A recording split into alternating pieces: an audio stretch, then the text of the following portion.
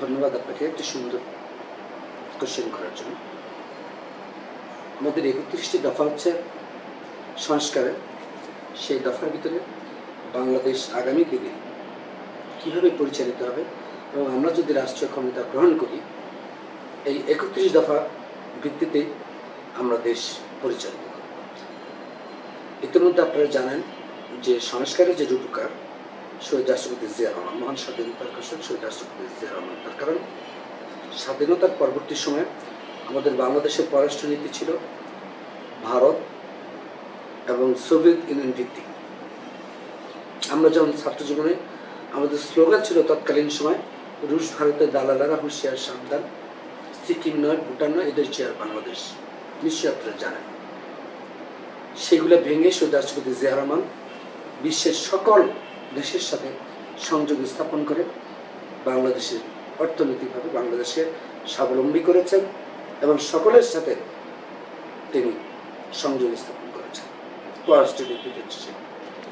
জিয়া রহমানের ১৯ দফা নিশ্চয় আপনারা জানেন। শহীদ রাষ্ট্রপতি জিয়া রহমান তিনি বুঝতে পেরেছেন বাংলাদেশ তো নদীমাতৃক দেশ।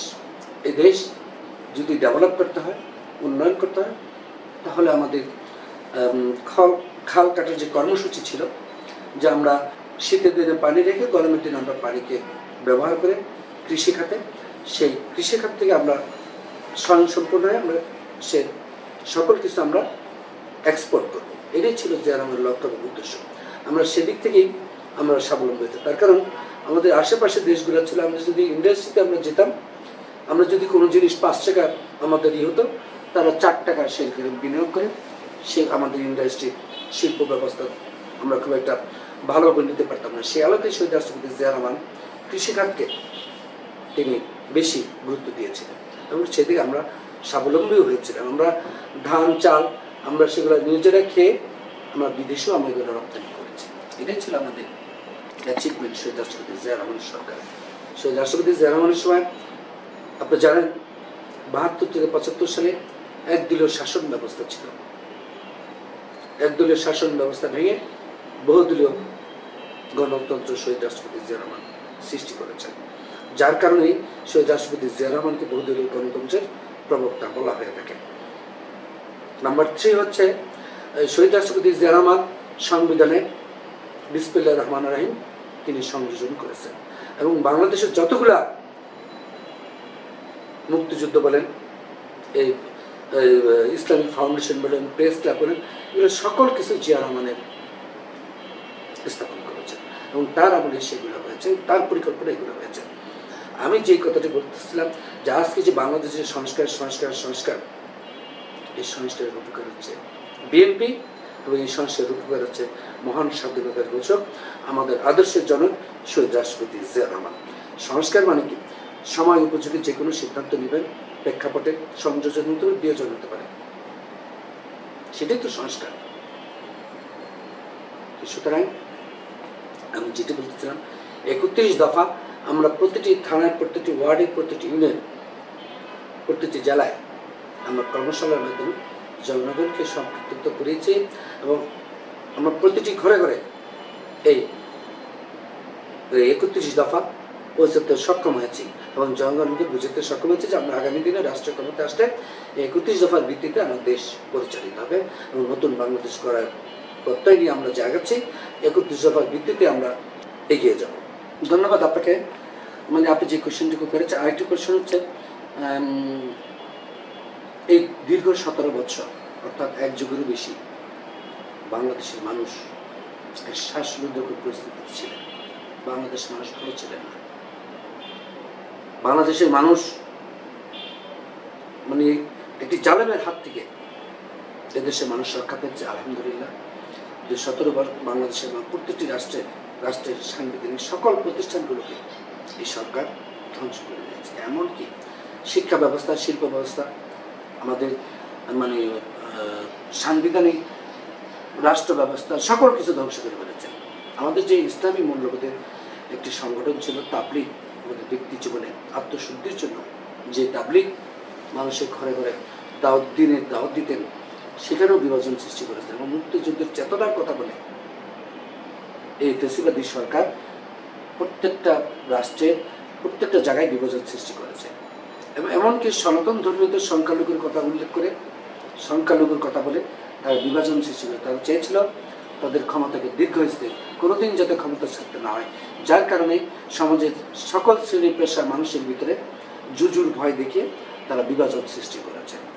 যার কারণে আজকে বাংলাদেশে নির্বাচনীয়তা ছিল না, গণতন্ত্র ছিল না। যেখানে নির্বাচন থাকে না সেখানে গণতন্ত্র থাকে না, যেখানে গণতন্ত্র থাকে না সেখানে কোনো জবাবদিহিতা থাকে না, স্বচ্ছতা থাকে না। যার কারণে যে যেভাবে পেরেছে লুটের রাজত্ব কায়েম করেছে। এটা পুচ্ছি নেতা সেটাও 100 কোটি টাকা 200 কোটি টাকা কামিয়েছে। হ্যাঁ, আমাদের টোটাল আমাদের তারা নষ্ট করে দিয়েছে, সমাজ ব্যবস্থাকে ধ্বংস করে দিয়েছে। আওয়ামী লীগ বিএনপি একজনের লাশ কাঁদে নিয়ে পূর্বেও তারা ছিল, কিন্তু এই 17 বছর কেউ কারো চেহারা দেখতে পারবে না সেই ব্যবস্থাটুকু তারা করেছে। এবং বিএনপিকে ধ্বংস করার জন্য এমন কোনো কাজ দিতে তারা না করেছে। দেশত্রী বেগম খালেদা জেল থেকে শুরু করে আমাদের দেশের তারেক রহমানকে যাতে দেশে না আসতে পারে সে বন্দোবস্ত করা, এমনকি যিনি রাজনীতির সাথে সম্পৃক্ত ছিলেন না এবং যদি উন্নতশীল দেশ হতো তাহলে ডক্টর জুবাইদা রহমান, যিনি বাংলাদেশের 10টি পরিবারের একটি পরিবার, তাকে অবশ্যই রাষ্ট্রই সংরক্ষণ করে তাকে রাষ্ট্রই ব্যয়ভার বহন করতেন। তাকেও রাতের বেলা লাইট চালিয়ে তাকেও সাজা প্রদান করেছে। কতটুকু নিষ্ঠুরতা, নির্মমতা আওয়ামী লীগ কোনো রাজনৈতিক দল হতে পারে না। এটা হচ্ছে প্রতিহিংসা পরায়ণ একটি দল, এটি ফেসিবাদী, টোটালি দেশকে ধ্বংস করার যেগুলো যা যা করা দরকার সেগুলোই তারা করেছে। সুতরাং আজকে ফেরাউনের হাত থেকে, এই জালেমের হাত থেকে এদেশের মানুষ মুক্তি পেয়েছে এবং আজকে মানুষ এতটুকু লাভবান হয়েছে যে শ্বাস রুদ্ধকূপ থেকে মানুষ এখন শ্বাস নিতে পারছে, সেখানে একটু কথা বলতে পারছে, এতটুকুই। এছাড়া অন্য কোনো কিছু খুব একটা বড় ধরনের কোনো কিছু হয়নি। এখনো কিন্তু মানুষ কষ্টে রয়েছে, মানুষের নিরাপত্তা নেই, মানুষের খাবারের মান, জিনিসপত্রের দাম অনেক ঊর্ধ্বগতি, ট্যাক্স, খাজনা সকল কিছু বৃদ্ধি পেয়েছে। সুতরাং মানুষ কিন্তু ভালো নেই। মানুষ চাচ্ছে, একটু অধীর আগ্রহ বসেছে একটি ভোটের জন্য, কিন্তু 17 বছর তাদের মতামত প্রকাশ করতে পারে না। তারা চায় একটি ভোট দিয়ে তাদের প্রতিনিধি নির্বাচিত করার জন্য। এবং বাংলাদেশে প্রত্যেকটি শ্রেণীর পেশা মানুষের ভিতরে একটি কারণে অরাজকতা, অস্থিরতা বিরাজমান, সেটি হচ্ছে নির্বাচনহীনতা, গণতন্ত্রহীনতা, বিচারহীনতার কারণে।